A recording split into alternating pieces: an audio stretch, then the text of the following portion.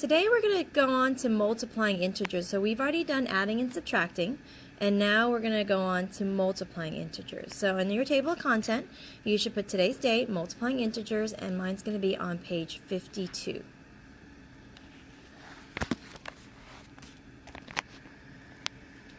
So multiplying integers, you've done some multiplying integers, but only with positive numbers. You started that in 3rd grade. Remember 3 times 5, 4 times 6, you learned all your facts. But those are all just positive integers times positive integers. So now we're going to go into positives times negatives and negatives times negatives as well.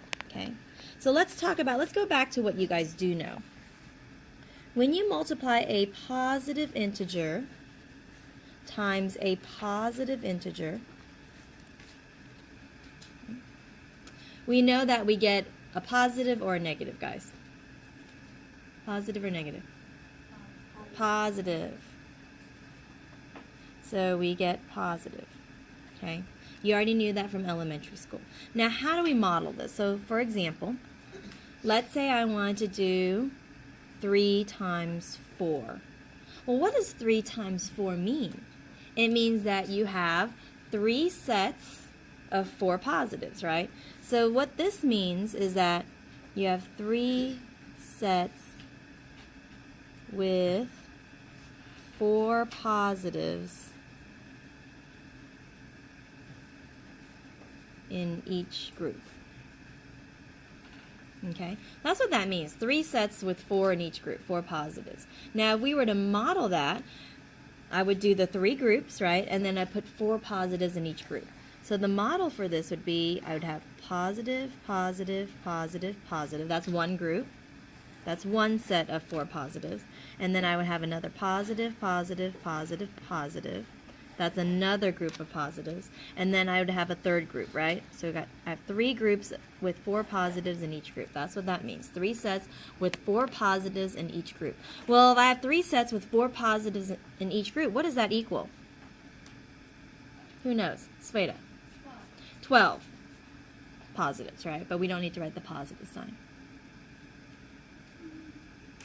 So your answer for 3 times 4 is 12. And I know you guys already knew this from 3rd grade. Yeah, so this was easy, right? So 3 sets of 4 positives. Well, what if I gave you a negative? What if it was 3 times negative 4? Okay, what do you think 3 times negative 4 is?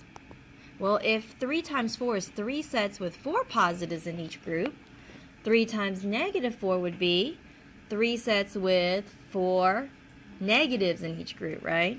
So that would be 3 sets with 4 negatives in each group. Okay? So this is actually a positive times a negative now. Sorry, I forgot to write the title here. We are now at positive times negative now, right? This was positive times positive. We are at positive times negative. Well, here's a positive times a negative. 3 sets with 4 negatives in each group.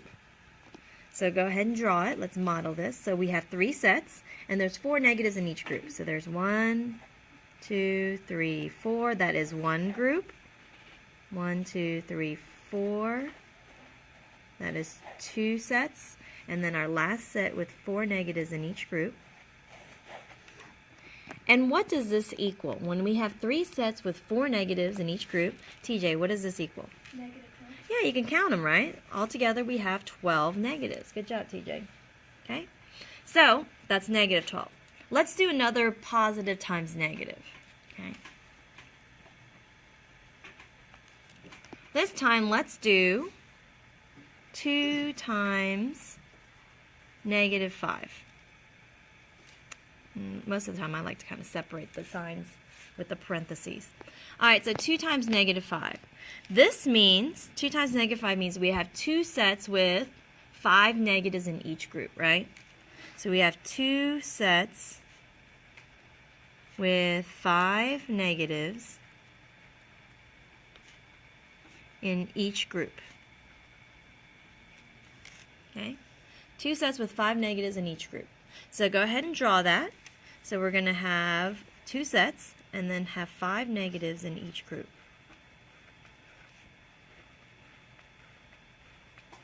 So here's one group of negative 5s and here's another group of negative 5s. And what does this equal? When we have 2 sets of negative 5s, what do we have, Bentley? Negative 10. Very good, negative 10. Good job. All right. And you can count them, right? You can see the negative 10. Okay. So what do you think always happens? When we have a positive times a negative, what is our answer always? What do you think our answer is always? Nick, what do you think? It's always going to be a negative number because you have sets of negatives, right? So when you total these sets of negatives, you still have negatives. When you have a positive times a positive, it's going to be positive. Now, what if, so let's go ahead and write this down. Positive times positive always equals positive, but a positive times a negative is always going to be a negative, like what Nick said, right? It's always going to be a negative. Okay? So here's our first rule, rule number 1. Here's our second rule, rule number 2. Okay? Now, what if I reversed it? What if I did negative times positive? Well, what do we do? What do we know about multiplication? Isn't 3 times 2 the same thing as 2 times 3? So even if I switch them around, guys, so let's say I did negative 6 times 2. Okay? Negative 6 times 2 is the same thing. It equals the same thing as 2 times negative 6, right? Same thing.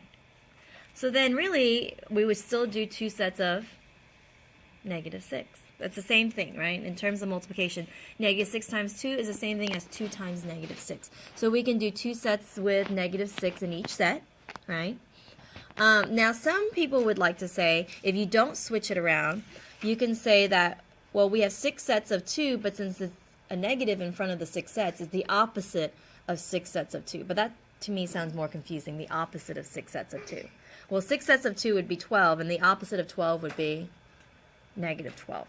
You can think of it that way, too. But I find it easier just to switch them around and say, okay, I'm going to have 2 groups with what? Negative 6 in each group. And who can tell me what this equals without a model, guys? What is 2 times negative 6 can equal? Tristan? Negative 12. Good job. Negative 12. Okay? So you can do it even without the model. Because you know when a positive times a negative, when the signs are different, you're going to have a negative. And we can see that with the models. 2 sets of these negatives will equal negatives, right? Now, what about when we have a negative times a negative? That's going to be a little different. Who would like to make a prediction? When we have a negative times a negative, what do you think it's going to equal? What do you think it's going to equal? Prediction. All right, TJ, what do you think your prediction would be? Negative. You think a negative? Okay. Sveta, you had your hand up. Do you agree? Okay, so we got 2 different answers. So let's see who's right. Okay. So let's do a negative times a negative.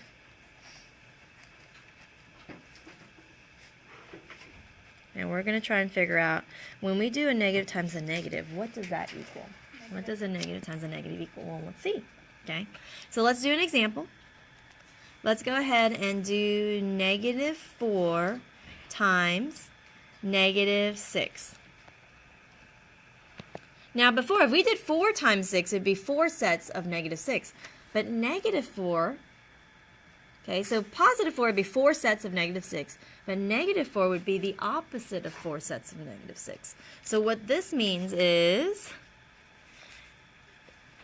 the opposite, because of that negative sign in front of 4, because 4 times negative 6 would be 4 sets of negative 6. But negative 4 would be the opposite of 4 sets of negative 6 in each group, right? Okay. So 4, if I took away this negative sign, that would equal 4 sets of negative 6. But here, because there's a negative sign, it would be the opposite of 4 sets of negative 6.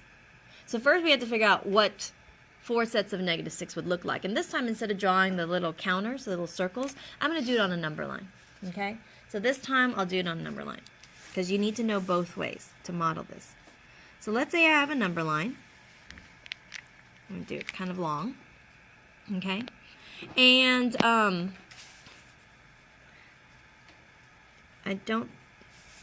going to have to go by 4s just to make sure I have enough, right? So 4 sets of -6. Actually, let's see. Do I have enough? Maybe I can go by 2s. 2, 4, 6, 8, 10. Yeah, I'm going to go by 2s, guys. So here's 0.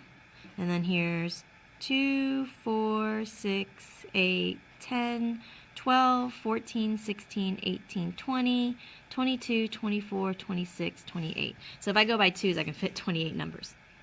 Okay? All right, so then that would be 2, 4, 6, 8, 10, 12, 14, 16, 18, 20, 22, 24, 26, and 28. Sorry, I had to really squeeze those in there. Okay. Let me zoom in a little so you can see it better. All right, here, and then this would be -2, -4, -6, -8, -10, -12, -14, -16, -18, -20, -22, -24, -26, -28, -30. I could fit 30 there. Okay?